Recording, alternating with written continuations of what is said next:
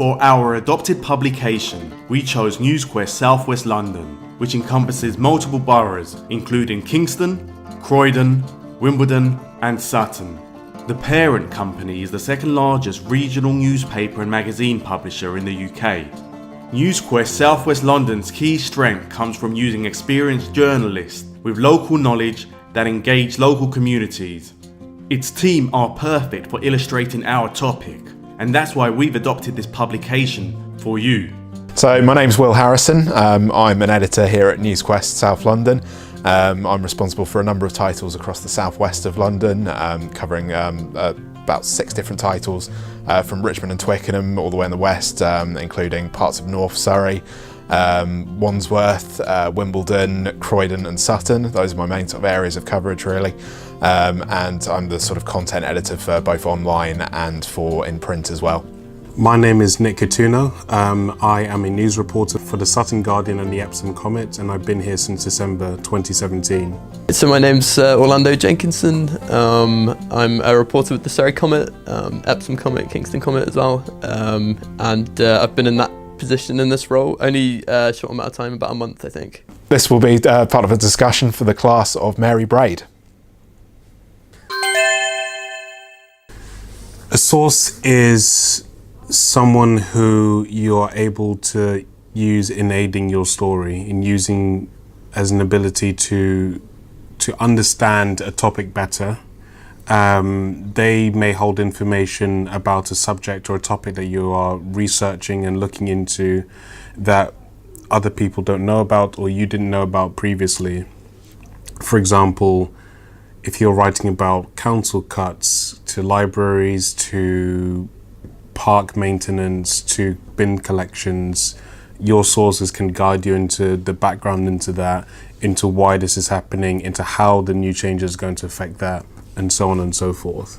Yes, journalism is sort of like, a job that's all to do with information really, and we get that information from other people, and that's who sources are. My definition of a source would be really that, it's anyone who can come forwards with any sort of information about anything. I think it's absolutely essential that anyone working in the media or any sort of journalism, anything that they produce would have to be completely based on sources really, because otherwise you're straying into the territory of, a newspaper's got to be impartial in pretty much every degree really, and certainly in my case it would be. And without a source, you're basically putting out your own opinion out there really, and so you need to be able to use a number of sources, ideally, so that you can balance a story to the best possible level really.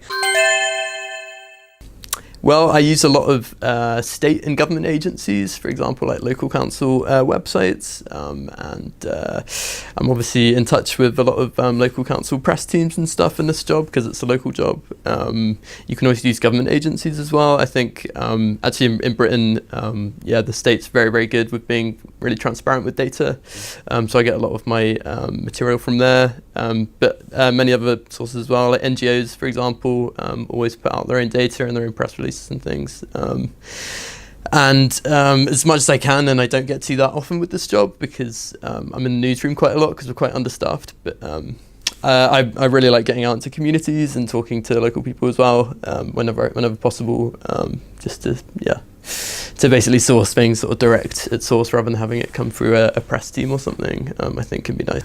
Types of sources that I use mostly are councillors in the borough, because they have an extraordinary amount of knowledge in terms of being able to tell you what has happened before and what they think is likely going to happen when you may not have considered it. For example, there was a councillor that I had a coffee with the other day who has been helpful in giving us FOI data in terms of how many burglaries there were in his ward.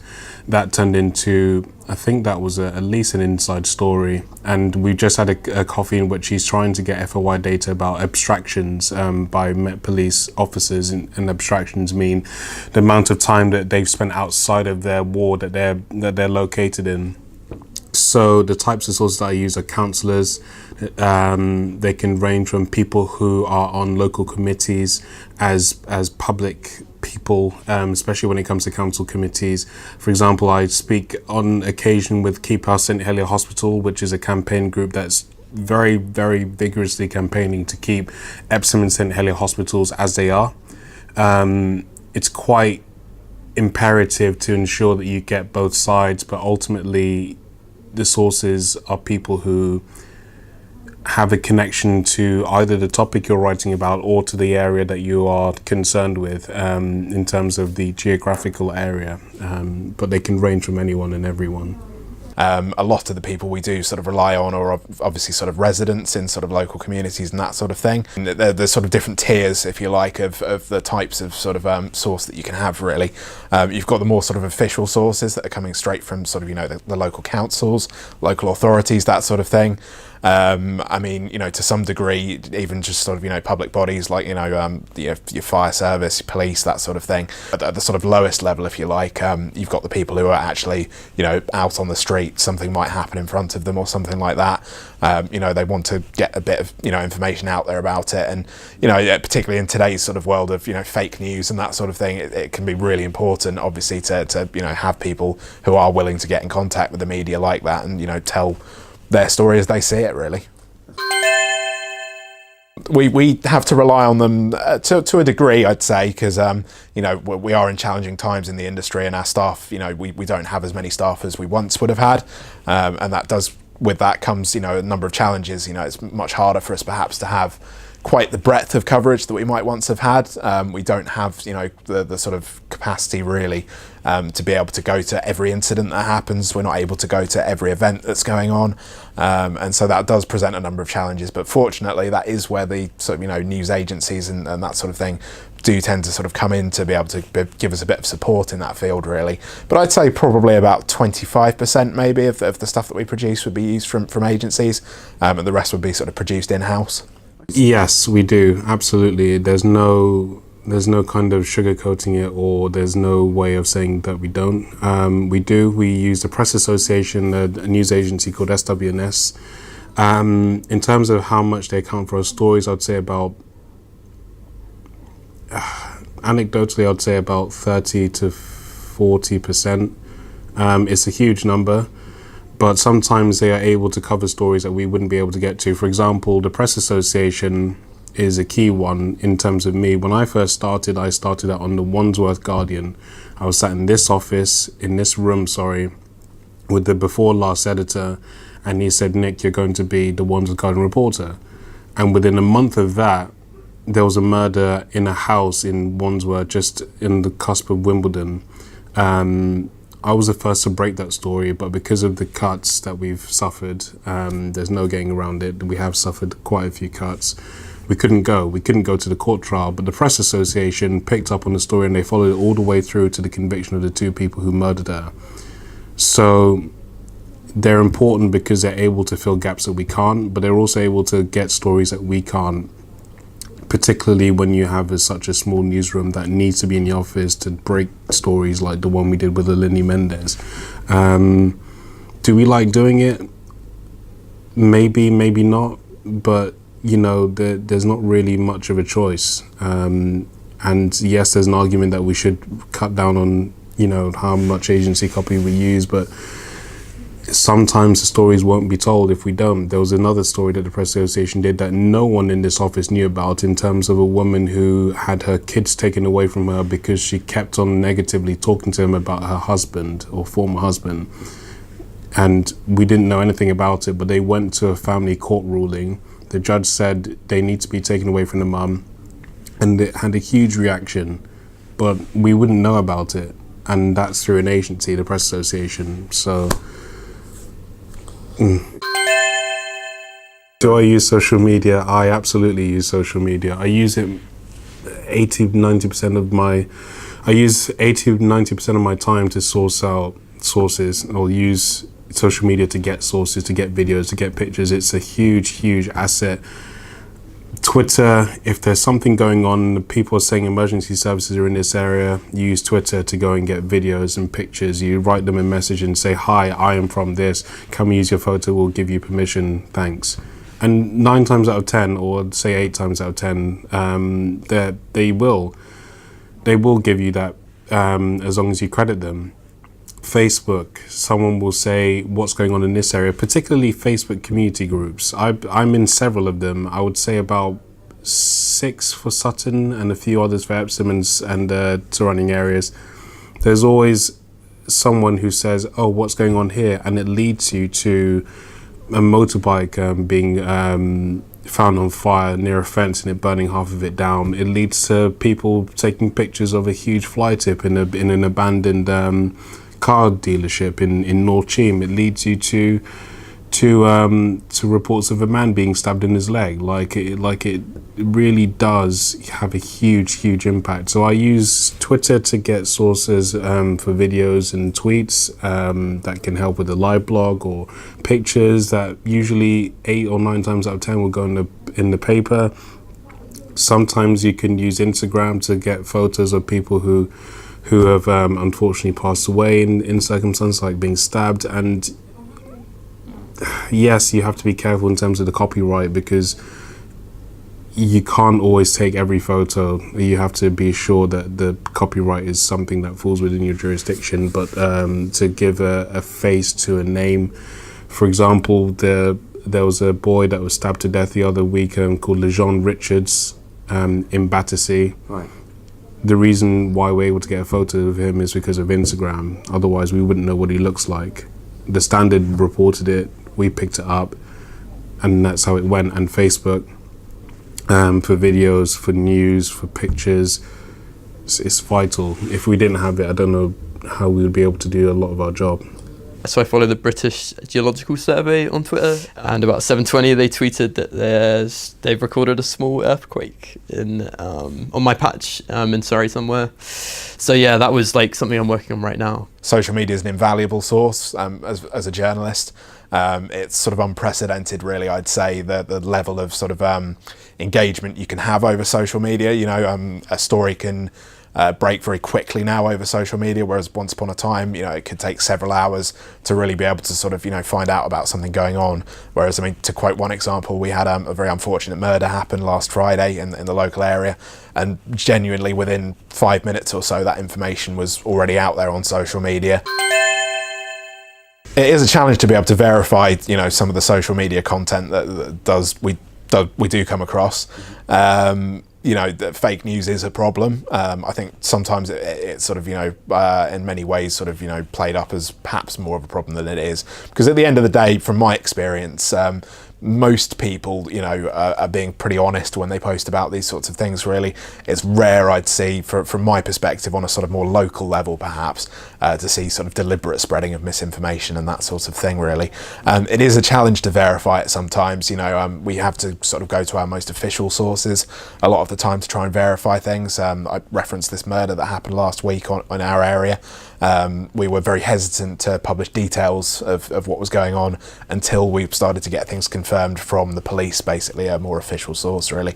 So it depends a lot on the situation that we're reporting on, really. But you know, ideally we'll confirm it with the most sort of official source we can, so a public body again, or, you know, if it's an allegation about a specific service or something like that, we'd obviously go to them to get a response. And if there was any sort of, you know, detail that they didn't agree with, then obviously we'd have to weigh up, you know, the balance of, you know, what might be true and what's not, really. But basically, I'd say the easiest way to sort of iron out with social media what's true and what might not be true is basically just to consult as wide a sort of you know, spectrum of sources as you can, really. Ideally at the top, you know, the more official, you know, the big bodies and that sort of thing. But you know, at the end of the day, even just consulting several different sources, even if they tend to be lower level ones, you know, other people who might have been around when something happened, that sort of thing. And then just as a journalist, really, you have to just weigh up, you know, from your own experience and from what you've seen discussed really in front of you, what the sort of most likely sort of answer is. And a lot of the time you can't ever be certain, perhaps, you know, that something is an absolute truth, and you just have to present, if there's more than one side to something, you have to present both sides, and just let, you know, people decide for themselves sometimes what they feel is, you know, what they agree with and perhaps what they don't agree with. If I want to just speak personally, I love what I do a lot. I genuinely love it. Part of the reason why I haven't gone to a national yet is because I know that it's a fact kind of that you are having to constantly churn out stories that sometimes, most of the time, are not your own. With a local paper, you have more freedom, more ability to express yourself in the story and build a connection with the people who are reading your story. I did a story about a council meeting I went to with the NHS Trust boss for Epsom and St Heliers, saying the reason why we have 300 vacancies, or part of the reason, is because of Brexit. Now, of course, Brexit is a sensitive topic, but this is coming from the NHS Trust boss. It's not me saying, but I had the freedom to write that, and you get a local story that's substantive and able to connect with people because it directly affects them. Council tax being cut, not cut, I bet people would love that. Council tax being risen. What nationals would you see saying, oh, the council tax is going up in your area? It's never going to happen. And that's why we are the crucial link. I don't want to toot our own horn too much, but we are a crucial link between the community in Sutton, which is it's not like anywhere else, but the community in Sutton and local government affairs. I can't really understate it. I wish I had a newspaper like this in my borough, which is Hammersmith and Fulham. It closed down in 2014-15. Yes, on deadline day it can be intense, it can be difficult, but it's part of the job. You do it in any other newsroom. This is just the natural kind of symptom. It's a natural sort of consequence of being in a newsroom, is that you have to be on time, on target, on deadline all the time. If you don't, then the paper goes out and it's not as good as it should be, and people who pay or pick up that paper shouldn't be getting, inaccurate or poorly written stories. Do you ever feel pressure to get stories in on time? Yeah, definitely. Yeah, I definitely do feel pressure to get stories in on time. I think learning, sort of like as I've learnt the trade of journalism a bit better, I've realised that it is a job where you're basically constantly up against, having sufficient resources to do the job. There's a lot of there's a lot of issues around funding of news right now, obviously, and so there's often sort of like less staff in the newsroom than I think a newspaper would ideally want, and that means that you've got to cover a lot of different sorts of news if you are a journalist with limited time. And I think it's less difficult with this current role I'm doing because it's a weekly newspaper, but we do have to do breaking news online. So yeah, I think getting there first is pretty important for local news when we have other competitors. So yeah, that's a daily part of the job, I would say. Yes, from PR companies in terms of promoting a product, no. So the difference is being that a press release is not always something that is promoting something that is mainly for people to buy. It can be a charity story. It can be a story that highlights a certain issue. It can be a story that brings people together for a certain thing. For example, we did a really nice spread in terms of a girl who was studying English at Royal Holloway, and after several misdiagnoses by doctors and other clinicians, she was unfortunately told she had terminal cancer. She's only 23 but the reason being, and this is actually the reason why I'm wearing this, the PR company sent me these bands to wear for World Cancer Day. Is that she was fundraising and also raising awareness, to be vigilant, to understand what the dangers are, to not just take the first opinion you get. That was a press release, and I would be happy to say that over and over and over again, but we wouldn't know if they didn't tell us. So there's a difference between press releases that are strictly there to promote a product, like 10 gifts that you should give your partner on Valentine's Day. Okay, fine, next, delete. Like almost seconds in, I can see the email and I just delete it. And press releases that actually bring a cause to the forefront like that, and it ran really well. obviously we get sent a lot of PR stuff and press releasey stuff, in our inboxes, and it's about filtering out the ones that are going to be relevant for the readers and the ones that are just basically trying to plug, a company's new advertisement or whatever any way they can. So I think you've got to use your discretion a bit with those. Yeah. Sometimes there might be a sort of link with advertising. If they're an advertiser that's looking to spend quite a lot of money or something like that, we'd be open to sort of running some editorial based around that. I do personally try to stay sort of, keep commercial sort of opportunities at arm's length from editorial. I certainly wouldn't ever perhaps prioritise a sort of story with a commercial aspect to it over, a straightforward news story from my perspective. I personally always sort of consider any story that I publish on its news merit as opposed to any commercial sort of ties to that. PR companies are quite helpful a lot of the time they will, compile information that perhaps we wouldn't have the time to be able to sort of pull together. Yeah, but when you get the experience, once you know what to look for, it becomes a lot easier to spot those things. They're not. It's not just PR companies. It can also be organisations, public authorities, councils. Again, in this office, not naming names, we have some councils, we have some authorities that do, say, why are you looking at this way when it should be this way? But we know what we're doing. It's kind of like, in a polite way, don't tell us to do our jobs or how to do it. I have had, organizations say to me, this is how it should be written kind of way, not in those exact words, but still. And you just have to say, no, this is the angle that we're taking, and that's it.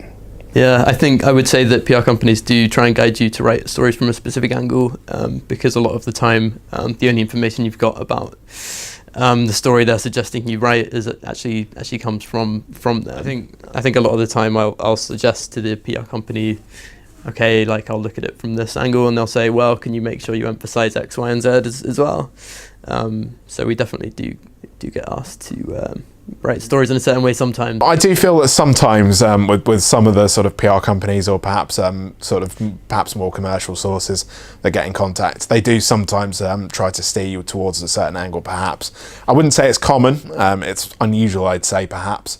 I can't think of any examples off the top of my head straight away, but yes, I have experienced, you do get some quite pushy people sometimes in that field who do clearly want their story written a certain way.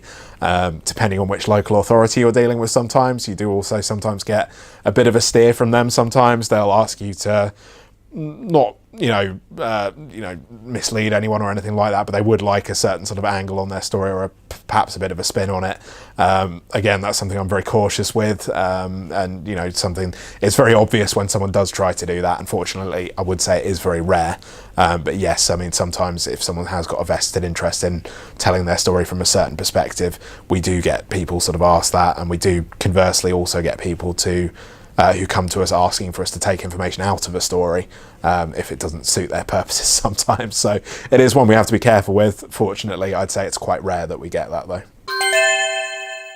Sexual offences are very, very serious, and any source that does come to us with information about something like that, we have, from my experience, we've dealt with people who are sort of first-hand involved in sort of a sexual offence or something like that, and so absolutely, from a legal and moral perspective, it's vital that you sort of maintain their anonymity or protect them as a source. If you didn't protect sources, perhaps, if you'd like to go that way, I think it would be very difficult for the media as a whole to be able to operate and tell a lot of the stories that it is able to tell, because if we were constantly revealing the identities of people who came forwards with sensitive pieces of information, you wouldn't get anyone speaking out about it. There'd be a real fear, I think, for anyone who wanted to speak out about something to actually come forward if sources were compromised on a regular basis, really. Absolutely, yeah, sources, I agree. I think sources should be protected.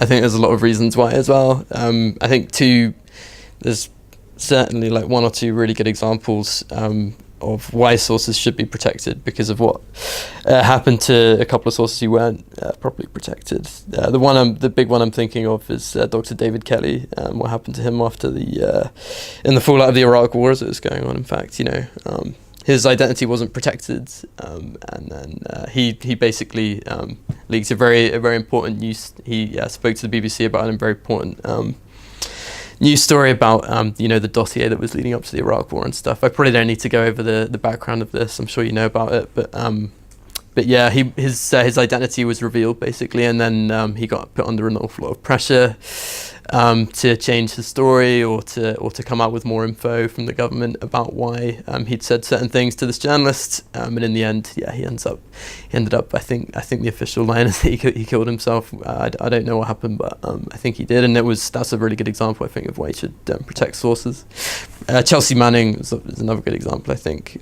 He leaks a lot of US government data, military data, to WikiLeaks, and they didn't end up protecting her identity well enough, and so she was sent to jail she got released recently, just before Obama left the presidency, but she got put in jail for whistleblowing basically when she thought she was going to be an anonymous whistleblower. Her identity ended up getting revealed. So I think protecting sources is very important because people have to be able to feel like they're free to give information secretly and without fear of reprisal. So in this case, it was state reprisals mainly, but it can come from anywhere really. I think a lot of the most important journalism is going to be uncomfortable for powerful organisations, be they state or otherwise, and so it's important to be able to protect those sources so that we can get that information out there into the general public. We wouldn't usually publish a story about something unless we can verify that it at least is being looked into by the police or is being corroborated. For example, if someone says there's a stabbing, we're not going to say it's a stabbing and just go by that. We're going to go to the police first, understand whether it's a stabbing or not, or what the details are before we publish, because I've seen, I won't name names, but I've seen publications go off with just tweets and publish that and say as if it's true, only for the opposite to be said. There was one incident in particular, actually, the other day, about an apparent stabbing in Bromley. The said publication went live with a live blog. They said it's a stabbing, in quotes, as in alluding to the tweet. I went to the police and I said, is there a stabbing? And they said, no, there's just an altercation between some school kids. There's a huge discrepancy between saying it's a stabbing and saying it's an actual altercation between these school kids. Do you feel there's a conflict between having to get a story out first and having to check your sources? Absolutely, yeah. There's a real frustration when, and it's a natural one because you want to be first, you want to be able to break that story, but I remember when I was in journalism training last year, and one of my tutors said, first, fast, flawed, effed. So essentially, you publish it first. If it's flawed, then you're basically screwed. There is that kind of tension between the two, but the important thing is to know you're accurate first, because as soon as it goes online and it gets hundreds and hundreds of views, hundreds of people have seen your mistake, and the last thing you want to do is to be saying, we must issue an apology or a correction because we got that wrong. It's a last thing, but you have to remember that every time you publish a story that, is breaking immediately. Yes, there might have been a stabbing, as I have reported several times. There was a teenager that was shot and another that was stabbed in Tooting. Rosanna Allen Khan, the MP for Tooting, came out and said this is awful. Fair enough, but if that were the case and someone said that, but it turned out it wasn't, it's not even really describable in words how to say how bad that is. Journalists are already battling against their own reputation in terms of being able to be trusted in an era where fake news is such a common term and part of our parlance.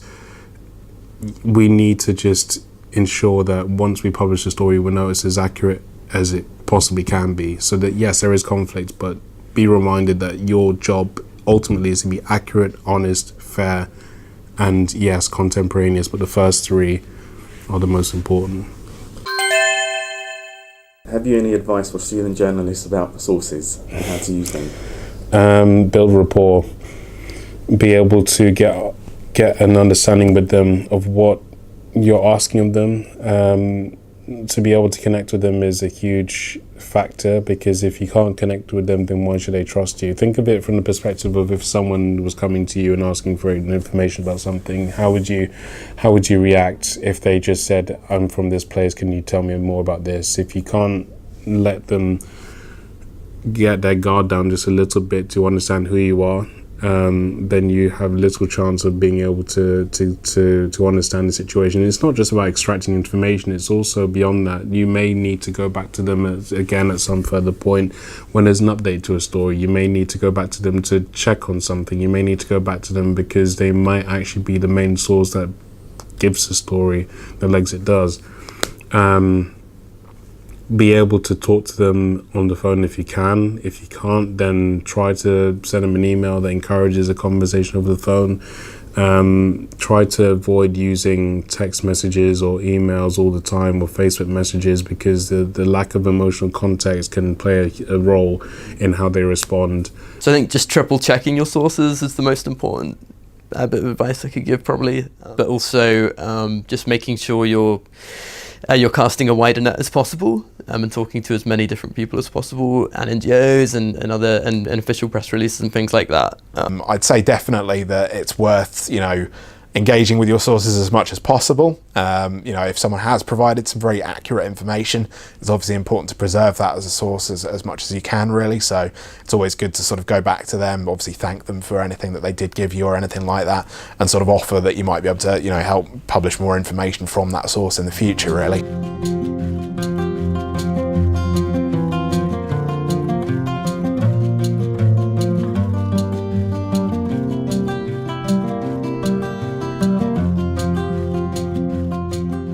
This will be part of a discussion for the class of Mary Braid.